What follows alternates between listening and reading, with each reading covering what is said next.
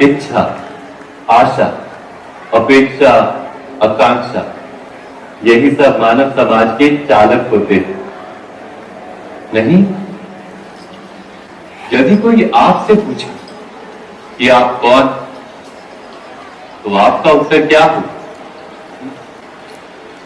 विचार कीजिए।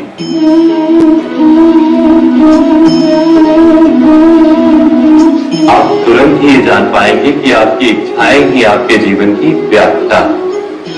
कुछ पाने से मेरी सफलता, कुछ ना पाने से मेरी निष्फलता ही आपका परिचय।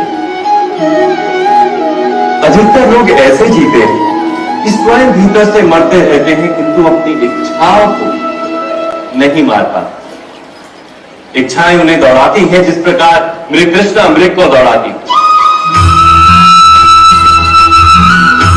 परंतु इन्हीं इच्छाओं के गर्भ में ही ज्ञान का प्रकाश भी।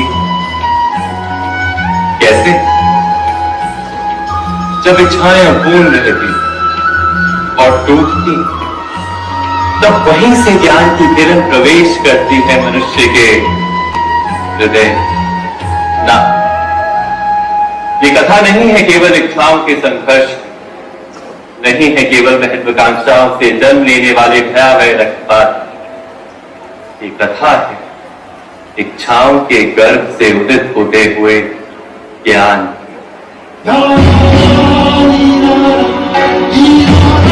मैं वासुदेव कृष्ण आप सभी को निमंत्रण देता हूं इस यात्रा पे चलने का, जो जीवन का मर्म सिखाएगी, मनुष्य का धर्म सिखाएगी, कीचड़ से उठकर कमल बनने का कर्म सिखाएगी।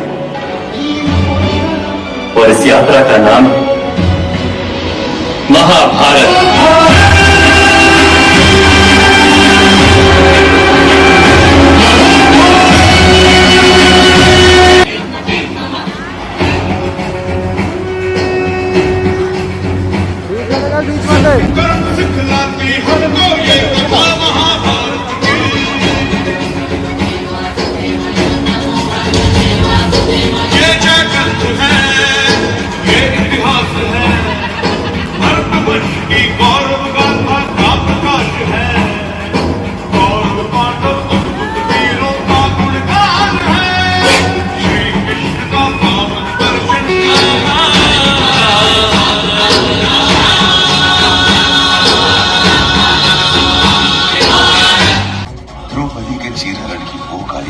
बार बार वेद व्यास के सामने आकर उन्हें व्यतीत कर रही थी।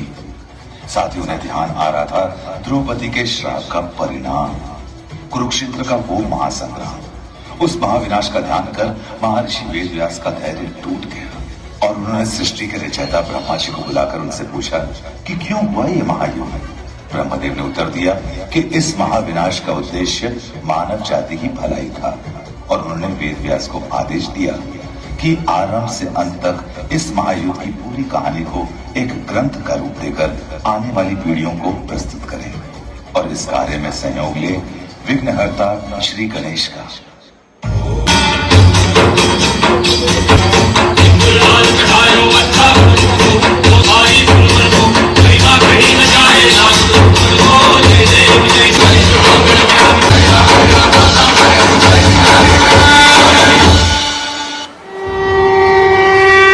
गौरीनंदन, आप ही की प्रतीक्षा कर रहा था।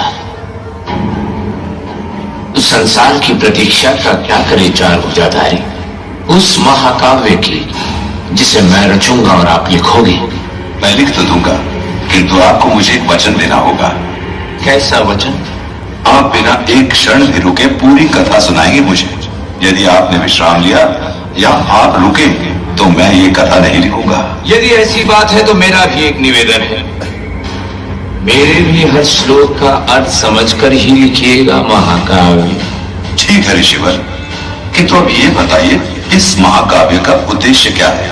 मेरी प्रबल इच्छा है लंबोदर कि भारतवर्ष का बच्चा बच्चा जाने इस महागाथा को, जिसका आरंभ सदियों पहले हुआ है और जिसका अंत सदियों तक नहीं होगा। देश के कोने कोने में कई युगों तक लिखी जाएगी, पढ़ी जाएगी। ये महागाथा जिसका हर शब्द एक सीख होगी, एक समझ होगी समस्त मानव जाति के लिए। ठीक है व्यास जी, यदि बात जगत कल्याण की है तो शुभ कार्य में देर नहीं करनी चाहिए। आइए ऋषि श्रेष्ठ, जगत उद्धार के लिए, एक उदाहरण के लिए आप और हम मिलकर लिखते हैं इस महान भारत की महान भूमि के महान नायकों की महान कथा महाभारत।